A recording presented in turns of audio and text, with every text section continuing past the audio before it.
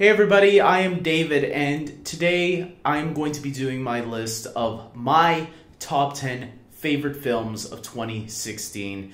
The year is almost done, so it's that time where I guess I should read off my list and tell you guys what I thought were my favorite films, the ones that I really enjoyed. They're not necessarily the best movies of the year, but some of them. For me, I just had a good time watching these movies. Everybody's list is always going to be different, so try to be respectful when you comment below. So let's get right into this, guys. Here's my list. At number 10, I have Rogue One, A Star Wars Story. Is everybody shocked to see this one at number 10? I'm sure a lot of you are, especially if you're hardcore Star Wars fans. I'm a hardcore Star Wars fan, sort of. I love the movies. I watch Rebels. I watch the Clone Wars. But that's as far as I go. I don't read the novels, I don't read the comics, I don't play the games. I'm just the Star Wars fan that sticks to the films and the television stuff. So with that being said, I really enjoyed this movie, and I agree with everybody what they say, from Darth Vader to the characters being all right. But for the most part, that's what this movie is. It's a good movie. Could have been a lot better. And I'm not going to put it all the way on top of the list just because of one scene.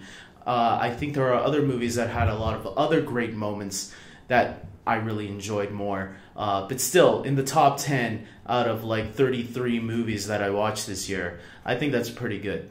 At number 9, I have Sully. This is the movie starring Tom Hanks, which is based off a true story where this pilot had to make the tough choice on where to put this plane to save all, I think it was like 511 passengers.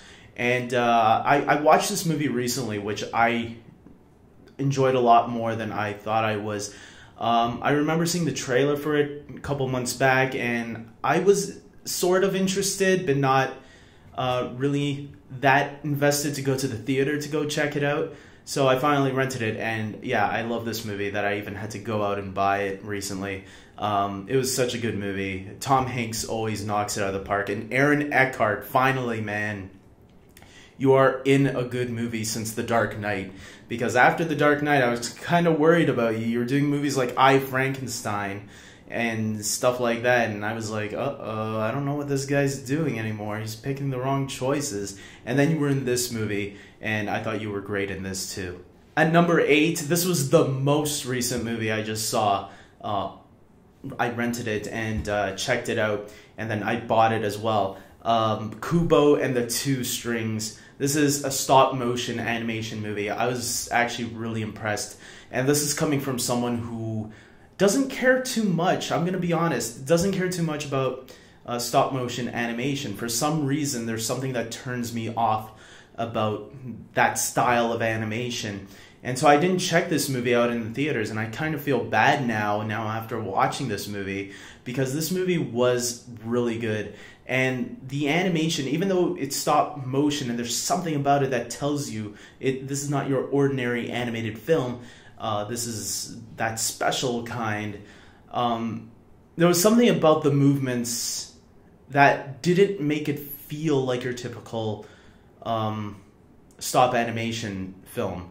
I really felt the stop animation worked really well and really smoothly throughout this entire movie. And the story and the characters are really enjoyable and engaging as well. So yeah, this movie surprised me by making it in my top 10. Number 7, I have The Nice Guys with Russell Crowe and Ryan Gosling. This was another surprise for me. I really enjoyed this one a lot.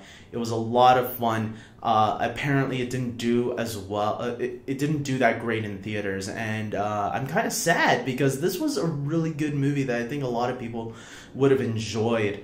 And it was very clever, I'll say that. And the two leads, obviously Ryan Gosling and Russell Crowe, their chemistry together in this movie is like spot on. These two are a great dynamic duo, and it's kind of sad that more people didn't support this film, especially when people are clamoring more for original content. At number 6, I have The Jungle Book. This is the movie that is getting me super excited for the rest of Disney's live-action remakes, because where they started off not so great, they've been kicking it out of the park a little bit lately, you know, with Cinderella and now The Jungle Book even more.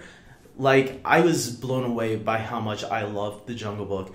When I saw it originally in theaters, I wasn't that blown away by it, but the more I watched and the more I thought about it, the more I was realizing, wow, this is a really good film all the way through. And definitely put Shere Khan, the tiger, on the top of my list of one of my all-time favorite Disney villains now. At number 5, I got Batman v Superman: Dawn of Justice. A lot of people are probably gonna yell at me for this one, but I don't care, it's my list. I really enjoyed this film. I think this is an underrated film. Was it the best superhero film of all time? No, but I still found things to enjoy from it. I even thought it was better than Suicide Squad, where I know some people picked Suicide Squad over Batman v Superman. This one I thought was engaging, I thought it was cool, I thought it was badass. The visuals are awesome because Zack Snyder always delivers on that. I think Affleck was a badass Batman. I think Gal Gadot was great as Wonder Woman for what we got from her, and I can't wait to see her in her solo film. So that is why this movie is making it to number 5 on my list. Number 4, I have Deadpool, starring Ryan Reynolds, and this one, again, I'll admit, I wasn't as impressed with the marketing. I liked the marketing with Deadpool early in the year and before Christmas of last year. When they started that whole marketing campaign, I was like, okay, that's okay, fine. But I didn't think it was as great as people made it out to be. I saw the movie. I really enjoyed it. It's such a great movie with a great personality. You know, Ryan Reynolds needed this. He was someone who's been trying to get that big hit of a blockbuster, and this was the one. And funny enough, it was probably one of his more low-budget blockbuster films, you know, unlike Green Lantern, which they actually poke fun of in this movie. This movie was basically a spoof of a lot of superhero movies. It took all the cliches but kind of made fun of them and turned them on their head in a lot of ways. So it was such an enjoyable film, and I can't wait to see Deadpool 2. At number 3, Pixar does it again for me, Finding Dory. I really loved Finding Dory. I thought this was a heartwarming film. You know, I probably liked it a little bit more than Finding Nemo, which was a really good film on its own right too. But you know what? I don't care. I'm going to say it like it is. I was surprised. I was kind of worried about this movie because, you know, the last time Pixar did a sequel and put a supporting character in the lead was Cars 2 with Mater. And I thought this was going to be another one of those. And surprisingly, Dory has a lot of layers to her that we really enjoyed learning about. And by the end of the film, just like most Pixar movies, we're in tears. So I really enjoyed this one. Number 2 on my list, Zootopia. This was a great film. I think we all fell in love with this movie even before the movie came out, with that preview, with the trailer that showed the sloth talking very, very slow. So after that preview, you know, it caught us, and we went to go see it, and the movie was even better than what it was showing us. And, you know, I really like the message in this movie. You know, there's a little bit of racism and prejudice, a message about that in there that I really thought was smart and clever, without really banging it over our heads too much. And the 2 lead characters, you know, the rabbit and the fox, they were really enjoyable characters and a nice welcome addition to the Disney family. Finally, number 1, I have Captain America: Civil War. This is funny because Batman v Superman was my most anticipated movie of this year, and the movie that happened to beat it was that was actually my number 2 most anticipated, Captain America: Civil War. And you can see why. The movie is just really well made, really well paced. It has this huge airport scene, which is mind-blowing. And that's not to take away from Batman v Superman. I feel Batman v Superman has a lot of really cool-looking scenes as well. But I will say the pacing for Captain America Civil War was a little bit better than Batman v Superman's. And I felt Captain America Civil War was a little less predictable than Batman v Superman.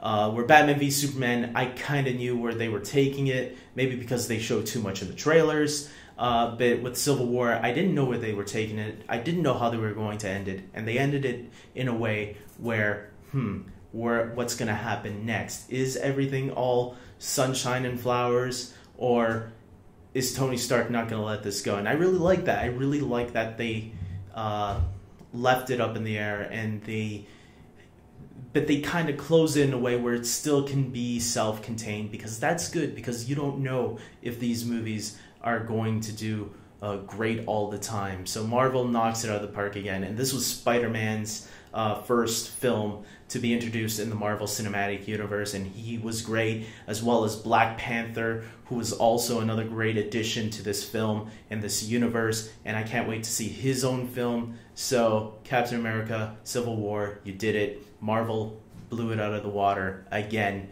and I can't wait for next year when they have 3 more movies coming out.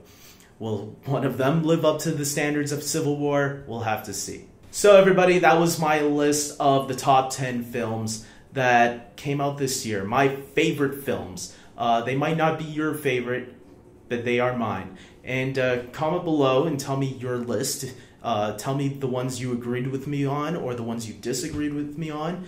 I like seeing other people's lists because I think we all have different tastes. And maybe there's a movie that I haven't seen yet that you checked out, and maybe I can check it out afterwards. I like recommendations because I do take that into consideration and then go check it out. But for now, this is my list. And like this video and subscribe to my channel if you're a new viewer. And until next time, guys, take care.